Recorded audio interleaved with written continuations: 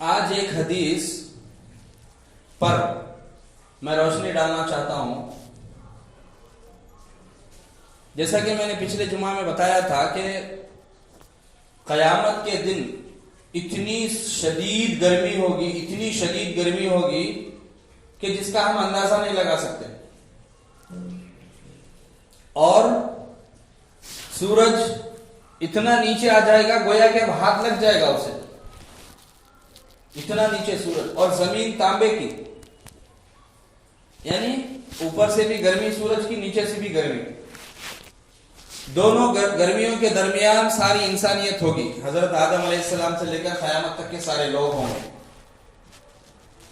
اور اس گرمی میں جو جتنا گناہگار ہوگا اتنا پسینے میں ڈوبا ہوا ہوگا. جو کم گناہگار ہے اسے تلوے تک پسینہ ہوگا، جو زیادہ گناہگار ہے اسے پنڈلی تک، جو اس سے زیادہ گناہگار اسے پورے پیر تک، کمر تک، پھر اس سے زیادہ گناہگار سینے تک. جو پورا گناہگار ہوگا وہ قیامت کے دن پسینے میں ڈوبتا ہوا ہوگا، کوئی بچانے والا نہیں. پسینہ پورا سر تک آ گیا، پسینے میں ڈوب رہا. کیوں؟ ایسی شدید گرمی، ایسی سخت گرمی، کوئی سایہ نہیں، کوئی سہارا نہیں، کوئی آسرا نہیں، کوئی چھت نہیں. پسینہ آ رہا، سورج سے بچیں گے کہاں؟ تو بھاگتے جا کے چھپیں گے نہیں، کوئی مسئلہ نہیں، کوئی ذریعہ نہیں، ایک جھاڑ نہیں، ایک بلڈنگ نہیں، ایک چھت نہیں، ایک دیوار نہیں جس کے آسرے میں کھڑیں گے، دھوپ سے بچیں گے نہیں. کیوں؟ ساری دنیا تہس نہس ہو گئی، کچھ بھی باقی نہیں ہے. جیسے پہلا سور پھونکے پوری دنیا ختم، یہ دوسرے سور کے بعد کی یہ حالات بتا رہا ہوں. ایسی شدید گرمی جس میں بندہ سائے کے واسطے ترس جاتا، نہیں چھاؤں ملی تو میں کھڑ جاؤں گا نا. ایسی سخت گرمی.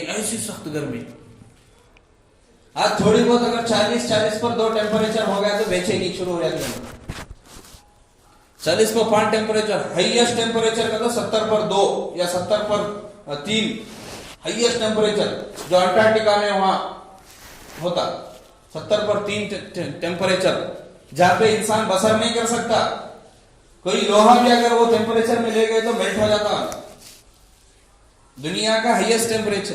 تو ہمیں یہاں 35-40 ڈگری ٹیمپریچر کو ایسا پریشان ہوتے کہ ہمیں گرمی کی وجہ سے روزے چھوڑ دیتے، گرمی کی وجہ سے کام پہ جانا ہے، کام تھوڑا کم کر لیتے. کام پہ جانا تو چھوڑتے نہیں، کام کم کر لیتے. روزے چھوڑیں گے لیکن کام نہیں چھوڑیں گے کتنی بھی گرمی بن جائے، کیونکہ اس پہ یقین بیٹھا ہوا ہے نا، وہ کرے تو چھوڑا سمے تو کہاں سے ہوتا ختم، وہ نہیں چھوڑتے. تو خیر، گرمی دنیا کی تھوڑی بہت 40-50 ڈگری سیلسیس ہمیں برداشت نہیں کر سکتے، وہ قیامت کی ڈگری 100 سیلسیس سے بھی زیادہ رہتی. سب ویسی گرمی میں آدمی سایہ تلاش کرتا، سایہ کہیں تو چھاؤں ملیں گے. آدمی کو گرمی ہوئی تو کیا ہونا؟ ایک تو چھاؤں ہونا، دوسرا پانی ہونا. پوچھنا ہونا گرمی میں 2 چیزیں. پانی تو اس سے پہلے بتایا تھا، پانی آب کوثر ملے گا وہاں قیامت کے دن، اس کا معاملہ الگ، اس کے بارے میں تفصیل سے بتا دیا. اب سایہ کس طرح ملے گا قیامت کے دن اور کسے ملے گا، آج اس کے تعلق سے میں بتانے جا رہا ہوں.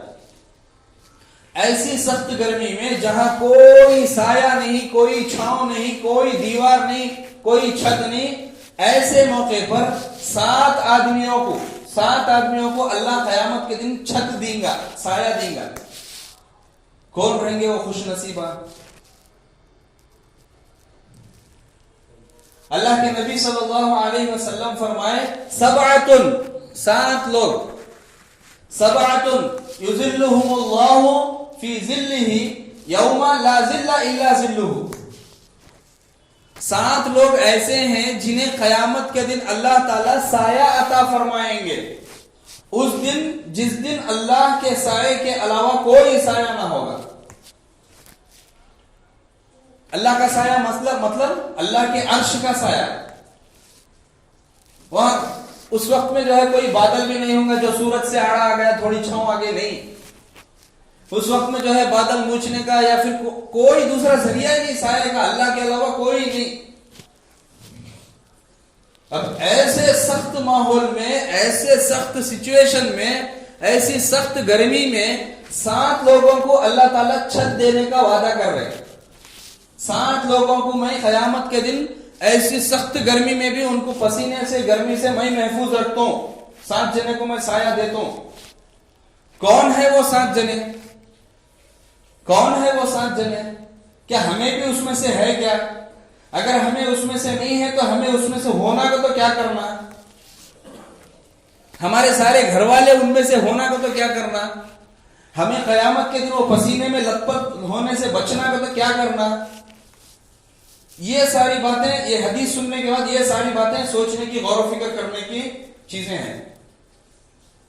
सबसे पहला आदमी जिसे क़यामत के दिन अर्श का साया नसीब होता वो है अल इमामुल आदिल। रसूलुल्लाह सल्लल्लाहु अलैहि वसल्लम ने फरमाया मुनसिफ बादशाह, यानी कोई आदमी बादशाह है, बादशाही में किसी भी कौम का पेशवा है, किसी भी कौम का लीडर है और उन्हें इंसाफ पसंद है, अमानतदार, मुनसिफ है, तो ऐसे आदमी को क़यामत के दिन अल्लाह तबारक व तआला अर्श का साया देंगे। पहला आदमी अल इमामुल आदिल।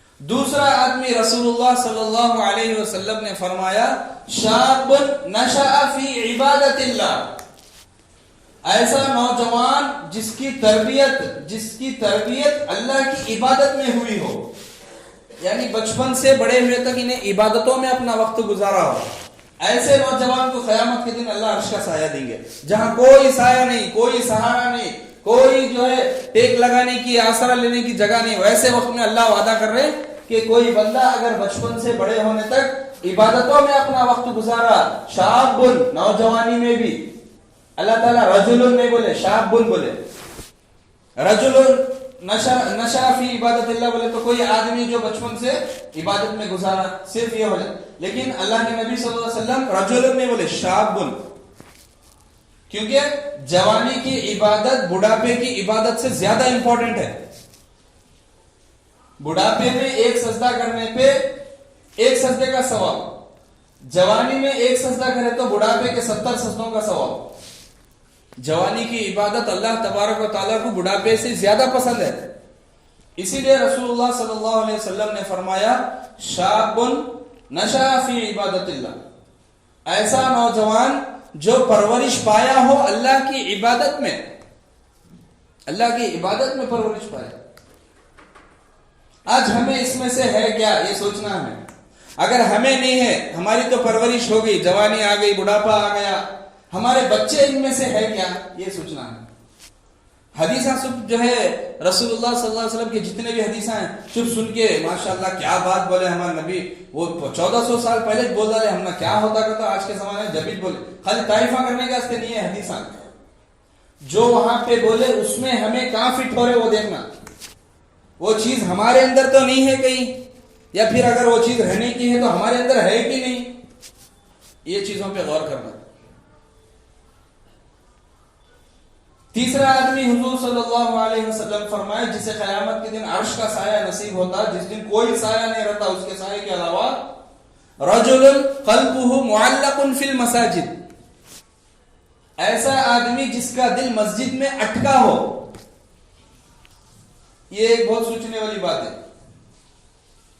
हुजूर सल्लल्लाहु अलैहि वसल्लम ये भी फरमाए एक दूसरी हदीस में कि मोमिन और मुनाफिक के दरमियान एक फर्क ये भी है कि मुनाफिक को मस्जिद में दिल नहीं लगता, कहते मुनाफिक को मस्जिद में दिल नहीं लगता। मस्जिद में आया तो भी क्या काम है, झट झट झट करता निकल जाता है। मस्जिद में नहीं आता नहीं मुनाफिक, मस्जिद में आता 5 टाइम नमाज पढ़ता उन्हें भी, लेकिन उसका दिल लगता नहीं मस्जिद में। ईमान वाले की पहचान ये है कि मस्जिद में उसे दिल बोलता है कि बार बार मस्जिद में बैठना हो।